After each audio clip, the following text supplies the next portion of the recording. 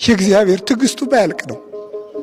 እንደኛ ያለ አረመኔ ያለ፣ እንደኛ ያለ ክፉስ አለ። መጨካከናችን ልክ አልፏል።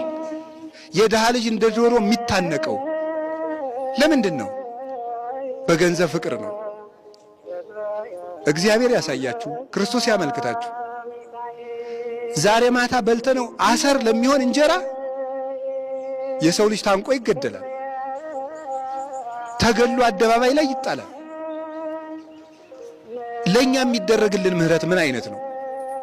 ሰማያት ተከፍተው ዝናብ ማዝነማቸው የእግዚአብሔር ትዕግስቱ ባያልቅ ነው። እንደኛ ያለ አረመኔ ያለ፣ እንደኛ ያለ ክፉስ አለ። መጨካከናችን ልክ አልፏል።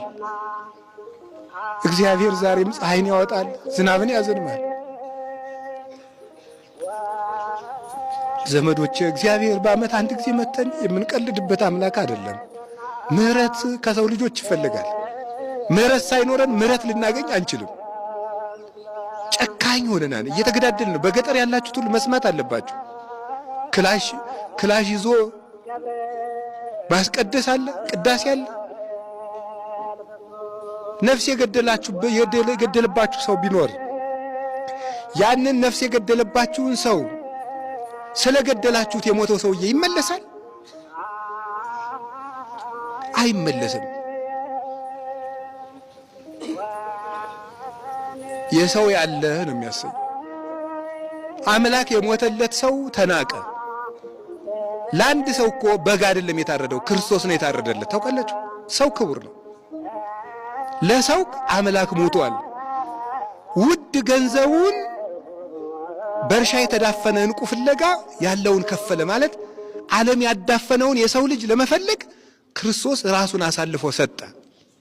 ቤተክርስቲያን ስትሄድ አትሰቀቅም። ምንም ሆነ ሂድ፣ ሌባሁን፣ አመንዝራሁን፣ ነፍሰ ገዳይሁን፣ ቀማኛሁን፣ ምን ሁን፣ ወደ ክርስቶስ ቤት ስትመጣ ሊፈረድብህ አትመጣም። ሊምርህ ነው ያመጣ። የልብ መድኃኒት ለኩላሊት አይሆንም። ለኩላሊት የሚሆነው ለጨጓራ ይታዘዛል። ለሌላ መሆኑስ ቀርቶ ሳይድ ኢፌክቱ በቀረልን። የእግዚአብሔር ቃል ግን ለሁሉም በሽታ የምናዘው አንድ መድኃኒት ነው። መድኃኒቱ አንድ ነው፣ ለሁሉም በሽታ ይታዘዛል። አንድ ሰው የእግዚአብሔር ስለሆነ ጤና ያገኛል ማለት አንችልም። የእግዚአብሔር ባለመሆኑ ጤና ያጣል ማለትም አንችልም።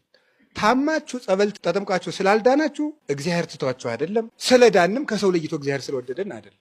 መከራ ትዕግስት ያስተምራል፣ ትዕግስትም ተስፋን ያስተምራል። ተስፋ ደግሞ አያሳፍርም ይላል። ቤተ ክርስቲያን የመሄድ የመጀመሪያው መስፈርት ምን እንደሆነ ታውቃላችሁ? ምህረት ማድረግ ነው።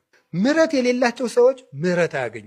ቤተ ክርስቲያን ስትሄዱ ማንንም የሚከስል ሌና ሊኖረን አይገባም። ምህረት ሳይኖረን እግዚኦ ማረነ ማለት ምህረት ሳይኖረን ማረኝ ትላለህ? አትምርም። ቢያንስ ተው ይተውላችኋል፣ ይቅር በሉ ይቅር ይላችኋል። ወንዶች በሽታቸው ምንድን ነው? ዝሙት። ሴትን ባዩ ቁጥር በዝሙት መነደፍ ማለት ነው። ሴቶች የእነሱ በሽታቸው ምንድን ነው? ትውዝፍት፣ ጌጥ ማብዛት ማለት። የካህናት በሽታቸው ምንድን ነው? ትዕቢት ነው። አይምሯችን ረቂቅ፣ እግዚአብሔርን የሚያሰላስል፣ ስለ እግዚአብሔር የሚያሰላስል፣ ስለ እግዚአብሔር የሚናገር፣ ስልጣናችን ምጡቅ፣ ተወዳዳሪ የሌለው ማለት ነው። ባላንጣ የማይነሳበት። እኛ ያሰርነውን መንግስት አይፈታው ይላል። እንዲህ ያሉ ይታበያሉ። የመነኮሳት በሽታቸው ደግሞ ምንድነው? ስስት ነው። 10 ሰሃን እንጀራ እያለ የንስሐ ልጆች እዚያው ይሻግታታል፣ ለሰው አይሰጠውም ማለት ነው። መነኩሴ ዝም ብሎ ያየውን ዕቃ ሁሉ ስጡኝ ማለት። የሽማግሌዎች ወይም የአረጋውያን በሽታቸው ምንድነው? ገንዘብ መውደድ። ሳረጅ ማን ይጦረኛል ስለሚሉ ሽማግሌ በቃ ከትራሱ ስር የሆነች ብር አለች፣ ላንጥፍል ሲባል ቆይ ወደ ላይ እንዳትሄድ ይሄን እኔ ያነጥፈዋለሁ ነው የሚለው ማለት ነው። ይሄ አምስቱ ምናችን ነው? በሽታችን ነው። ሁሉም አይነት በሽታ ከቤተ ክርስቲያን በታች ነው። ቤተ ክርስቲያንን የሚያሸንፋት ኃጢአት የለም።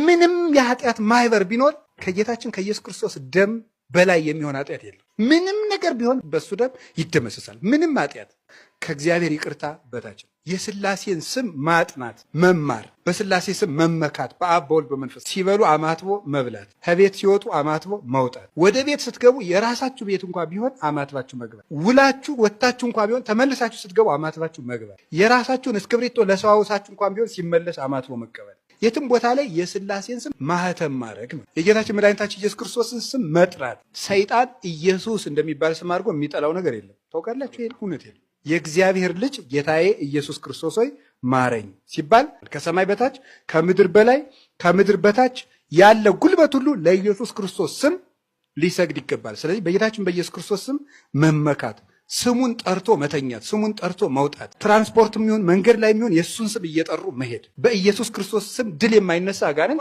የለም። እስቲ እግዚአብሔር ያሳያችሁ። ራሳችሁን ለመለወጥ ስንት ዓመት ለፍታችኋል? ደጋግሞ የሚጥለንን ኃጢአት ለመላቀቅ ስንት ዓመት ነው የደከማችሁ? 7 ዓመት ጣርኩኝ፣ አንድ ኃጢአት ግን ሊለቀኝ አልቻለም አትበል። አምና ባይሳካ ዘንድሮም ጣር፣ ዘንድሮም ባይሳካ ከርሞም ጣር። 38 ዓመትም 40 ዓመትም 50 ዓመትም ሊያደክም ይችላል። ህይወትን ሙሉ ለህይወት ይጣርለታል። ደግሞ ጌታችን ኢየሱስ ክርስቶስ እንራመድ እንጂ ከቤተ ክርስቲያን ብቻ እንውጣ እንጂ አንድ ቀን ይመጣና ልጄ ተነስ ማለቱ አይቀርም። እድገት ነው ክርስትና፣ እድገት ነው እንጂ አንድ ጊዜ የተወሰነ ወይም እድል አይደለም። እንደ እድል ተሰጥቶ አንድ ያለቀ ነገር አይደለም። ድኛለሁ አይደል ብለህ የምትኖረው አይደለም። ሁልጊዜ መዳንህን ከክርስቶስ ጋር ይዘህ የምትቀጥለው ነው። ስትወድቅበት የኖርከው ስጋ ወደ ስህተት ሲጥልህ፣ ወደ ዝሙት ሲጥልህ፣ ወደ ሌብነት ሲጥልህ፣ ወደ ውሸት ሲጥልህ፣ ወደ እንቅልፋምነት ሲጥልህ፣ ወደ ሆዳምነት፣ ወደ ዘረኝነት፣ ወደ ስድብ ሲጥልህ የነበረውን ስጋ ተሸከመው። አሁን ግዛውና ወደ ገነት ይዘው ሂድ።